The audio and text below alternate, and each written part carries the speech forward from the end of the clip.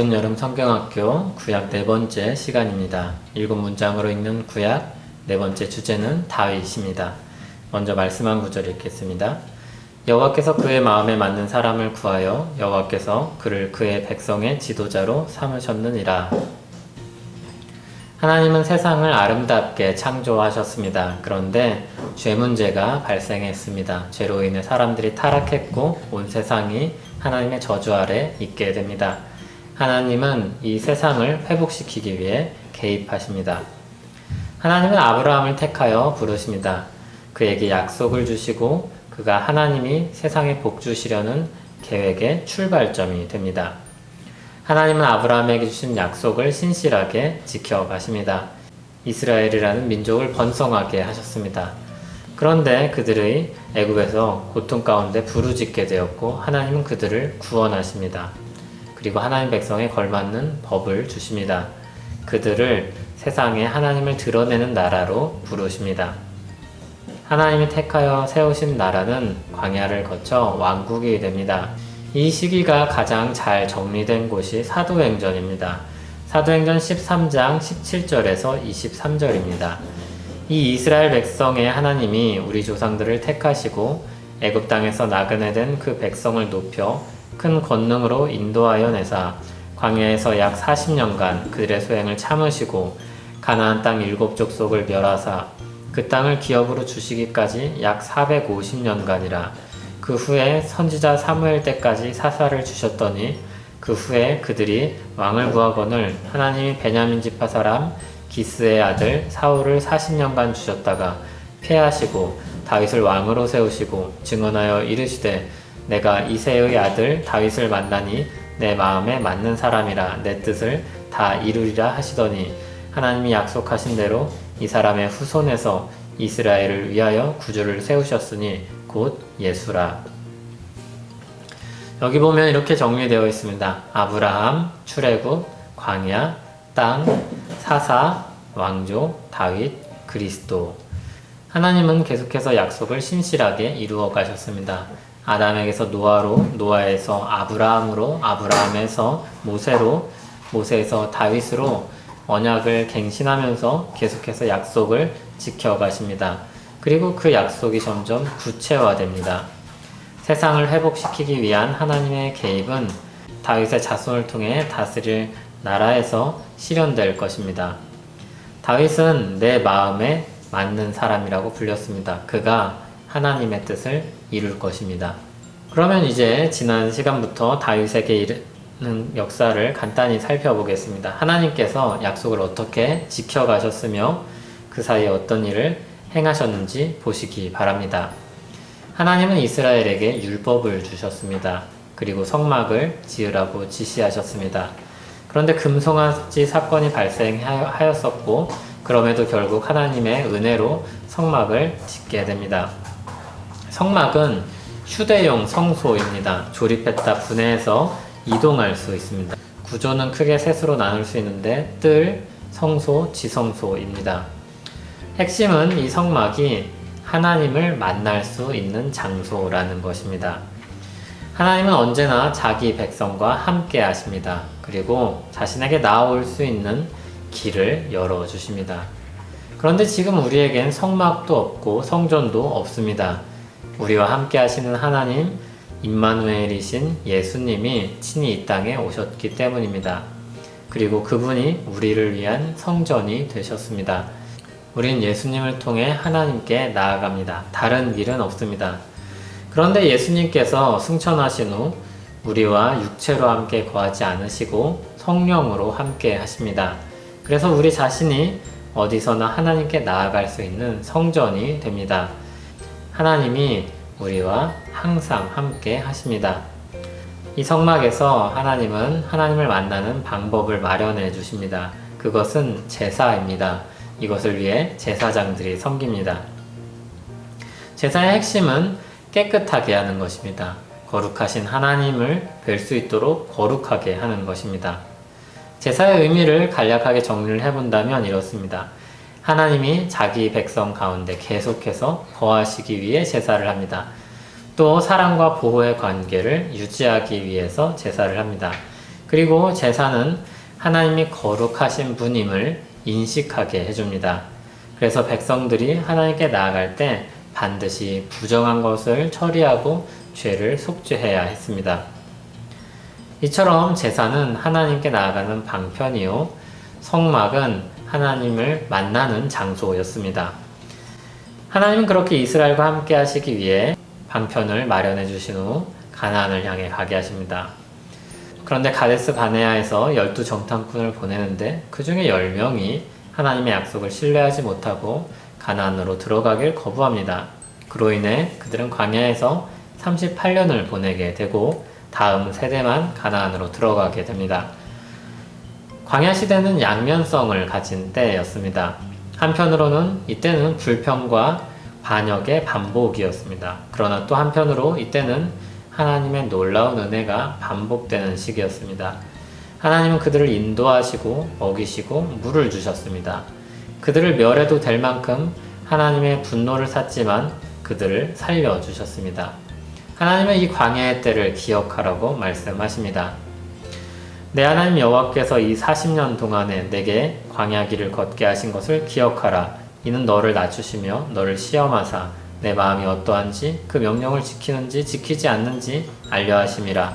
너를 낮추시며 너를 줄이게 하시며 또 너도 알지 못하며 내 조상들도 알지 못하던 만나를 내게 먹이신 것은 사람이 떡으로만 사는 것이 아니요 여호와의 입에서 나오는 모든 말씀으로 사는 줄을 내가 알게 하려 하심이니라. 이 40년 동안에 내 의복이 헤어지지 아니하였고 내 발이 부르트지 아니하였느니라.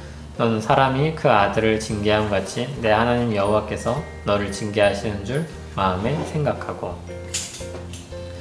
이처럼 광야는 하나님으로 인해 사는 것임을 알게 하신 때였습니다.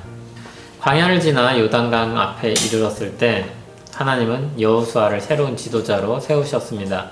그리고 모세 때와 같이 그들을 격려하고 약속하셨으며 홍해를 건너듯이 요단을 건너게 하셨습니다. 그리고 가나안 땅을 정복하게 합니다. 완전하진 않지만 나라의 경계가 대략적으로 정해집니다. 정복전쟁은 하나님께 순종함으로 이루어졌습니다. 이스라엘 혈통이라고 무조건적으로 승리가 보장되지 않았습니다. 그것을 보여주는 대표적인 사람이 라합과 아간입니다. 라합은 이방인이었는데 하나님을 의뢰함으로 자비를 얻게 됩니다. 그러나 아간은 이스라엘 사람이었음에도 불순종함으로 진노를 받게 됩니다. 이스라엘은 가나안으로 들어갔습니다. 그런데 아직 정복 전쟁이 완료되지 않았습니다. 그들은 미적거렸고 나라는 통합되지 못했습니다. 그들은 하나님께 불충하여 진노를 사고 벌을 받고 하나님께 부르짖습니다. 그러면 하나님은 그들에게 사사를 보내 구원해 주십니다. 사사시대 동안 이러한 패턴이 계속해서 반복됩니다. 이스라엘에게 발은 새롭고 신선한 문화였습니다. 이전까지 여호와 하나님께서 자신들을 인도하셨지만 가나안 땅에서 자신들의 삶을 보장해 줄 수 있는 것은 풍요의 신 바알인 것처럼 느껴졌습니다. 그렇게 그들이 혼합주의의 죄로 빠져들었습니다. 그때마다 하나님은 사사를 통해 건져 주십니다. 사사는 누구입니까? 하나님이 일으킨 사람입니다. 하나님의 일을 하는 사람입니다.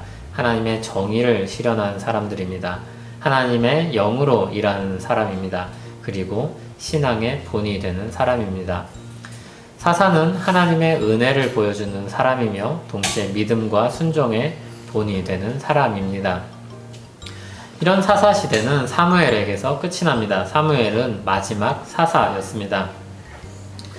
그런데 이때 사무엘 때 이스라엘 백성들은 자신들에게도 왕을 달라고 요구하기 시작합니다. 두 가지 표면적인 이유가 있었고 한 가지 근본적인 이유가 있었습니다. 첫째로 사무엘의 아들이 부패했기 때문입니다. 사무엘은 좋았는데 아들이 부패하자 다른 지도자를 요구합니다. 둘째, 블레셋으로 인한 문제입니다. 블레셋은 뛰어난 무기와 병거를 소유했습니다. 그리고 이스라엘을 끊임없이 침략했습니다. 그들로부터 벗어날 수 있는 길은 그들은 오직 강력한 지도자를 갖는 것이라고 생각했습니다. 이것이 표면적인 이유였습니다. 보다 근본적인 이유는 세 번째입니다. 셋째, 다른 나라와 같이 되고 싶기 때문입니다. 하나님의 왕권, 하나님의 다스리시는 방식에 대한 거부입니다. 하나님은 이스라엘이 사무엘을 버리는 게 아니라 하나님을 버린 것이며 하나님이 그들에게 왕이 되지 못하게 하려고 한다고 했습니다. 왕에 대한 요구와 하나님의 응답도 양면성을 띠고 있습니다. 한편으로는 왕의 요구는 백성들의 타락이며 결점이었습니다. 하나님을 거부한 행동이었습니다. 그러나 다른 한편으로 그것은 하나님의 섭리였습니다. 하나님은 그들의 요구로 주신 왕을 통해서 진정한 왕이신 예수 그리스도를 보내주십니다. 초대왕 사울은 탁월한 능력을 가지고 있었습니다. 사람들에게 만족스러웠습니다. 몇몇 싸움에서 승리한 업적도 있었습니다. 그러나 그는 하나님께 불순종했습니다. 하나님께 묻지 않고 어리석은 결정을 하기도 했습니다. 다윗을 질투하여 그를 쫓아다니면서 죽이려고 했습니다. 그리고 결국 그는 스스로 목숨을 끊게 됩니다. 사람들은 사울을 통해 블레셋의 압제를 벗어나고자 했지만 오히려 더 잔혹한 블레셋의 압제 아래 놓이게 됩니다. 사울의 뒤를 다윗이 잇습니다. 처음엔 모든 지파의 지지를 받지 못하여 헤브론에서 7년을 다스립니다. 나중에 예루살렘에서 온 이스라엘을 33년 동안 다스리게 됩니다. 그는 정치체제를 조직하고 많은 나라를 물리쳐 조공을 바치게 하여 많은 재산을 축적합니다. 무엇보다 블레셋을 물리쳐 이스라엘에게 자유를 가져다 줍니다. 물론 다윗에게도 어두운 역사가 있습니다. 간음과 살인으로 시작하여 온 가족이 죄의 영향 아래 있고 그 여파가 온 나라에 퍼져 나갔습니다. 그럼에도 어쨌든 다윗은 이스라엘에게 엄청난 번영을 가져다 주었고 솔로몬에게 성전 건축을 계승하고 왕위를 물려줍니다. 솔로몬의 길고 영광스러운 통치가 열왕기상에 나옵니다. 그의 통치는 그 이름처럼 평화의 시기였습니다. 그는 부와 지혜로 또한 국제적인 명성을 얻었습니다. 예루살렘은 문화와 세계적인 무역과 외교의 중심지로 변했습니다. 또한 그는 성전을 건축했습니다. 그러나 그의 통치는 불씨를 만들기도 했습니다. 세금과 강제 노역을 부과했고 또한 하나님이 이스라엘 왕에게 금지하신 3가지를 모두 어겼습니다. 자기를 위해 무기를 많이 축적했고 여자들을 많이 가졌고 재산을 늘렸습니다. 솔로몬이 죽자 북쪽 지파의 분노가 폭발합니다. 열지파는 여로보암을 앞세워 다른 나라를 세웠습니다. 이들은 보통 북이스라엘이라고 부르고 솔로몬의 뒤를 잇는 로보암을 통해 이어진 나라를 남유다라고 부릅니다. 사울, 다윗, 솔로몬으로 이어지는 통일 왕국은 겨우 1세기 정도 지속되었습니다. 이런 흐름 속에 하나님은 다윗과 언약을 맺으셨습니다. 다윗과 맺은 언약은 4가지로 정리할 수 있습니다. 다윗 자손 중에 이스라엘 왕이 나온다는 것, 이스라엘 왕이 될 다윗의 아들들이 하나님의 아들들로 여겨지는 것, 아버지와 아들의 관계는 사랑과 복종이라는 상호적인 책무를 가지고 형벌의 경고를 받는 것, 그리고 마지막으로 다윗의 집과 왕국이 영원할 것. 이와 같은 하나님의 은혜에 다윗은 감격하며 감사 기도를 드립니다. 또 이 약속이 솔로몬에게 성취되어 성전의 영광과 함께 나타났을 때 많은 백성들이 경배와 찬양을 드렸습니다. 여호와는 위대하시니 우리 하나님의 성 거룩한 산에서 극진히 찬양받으시리로다. 터가 높고 아름다워 온 세계가 즐거워하며 큰 왕의 성 곧 북방에 있는 시온산이 그러하도다. 만군의 여호와여 주의 장막이 어찌 그리 사랑스러운지요. 내 영혼이 여호와의 궁전을 사모하여 쇠약하며 내 마음과 육체가 살아계신 하나님께 부르짖나이다. 그러나 이스라엘에겐 문제도 있었습니다. 첫 번째 문제는 무사 안일주의였습니다. 하나님의 언약으로 인해 이스라엘은 무조건 잘 될 것이라는 착각이었습니다. 두 번째로 순종에 실패한 것입니다. 거의 모든 왕이 순종에 실패하여 하나님 보시기에 악하게 통치합니다. 그래서 결국 다윗 왕국이 무너집니다. 하나님의 약속은 그러면 어떻게 되는 것일까요? 그 당시 사람들의 질문이기도 했습니다. 주여, 주의 성실함으로 다윗에게 맹세하신 그 전의 인자하심이 어디 있나이까? 그러나 하나님은 결코 그 언약을 잊으신 적이 없습니다. 선지자들을 통해 계속해서 말씀하셨습니다. 이사야를 통해, 예레미야를 통해, 미가를 통해, 그리고 마침내 예언된 다윗의 자손이 오십니다. 아브라함과 다윗의 자손 예수 그리스도가 오십니다. 예수 그리스도는 위대한 다윗의 더 위대한 자손이었습니다. 그는 부활하신 그리스도였습니다. 하나님은 다윗을 통해 주신 시편 2편 7편의 말씀으로 예수님의 신원을 확인해 주셨습니다.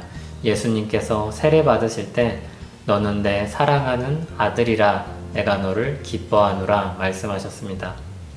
하나님의 마음에 맞는 왕이신 예수 그리스도가 오셨습니다.